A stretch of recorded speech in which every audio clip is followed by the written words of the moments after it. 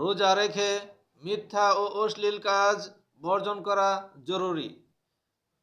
হযরত আবু হুরায়রা রাদিয়াল্লাহু তাআলা আনহু থেকে বর্ণিত, রাসূলুল্লাহ সাল্লাল্লাহু আলাইহি ওয়াসাল্লাম ইরশাদ করিয়াছেন, যে ব্যক্তি রোজা রেখে মিথ্যা কথা বলা এবং অনুরূপ পাপ কার্য বর্জন করতে পারে না, তবে তার শুধু পানাহার ত্যাগ করাই আল্লাহর কোনো প্রয়োজন নেই।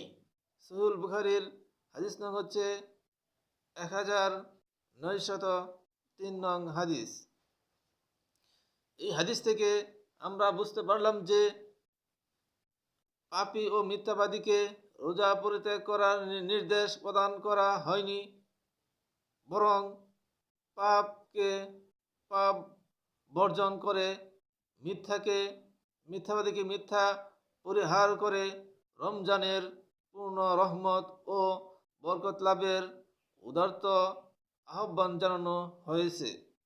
যেমন একটি উদাহরণ দেওয়া যায়, অভিজ্ঞ ডাক্তার স্বীয় রোগীকে ঔষধ প্রদান করতে সতর্ক করে দেন যে অমুক অমুক জিনিস থেকে বিরত থাকবে, অন্যথায় ঔষধে কোনো সুফল হবে না।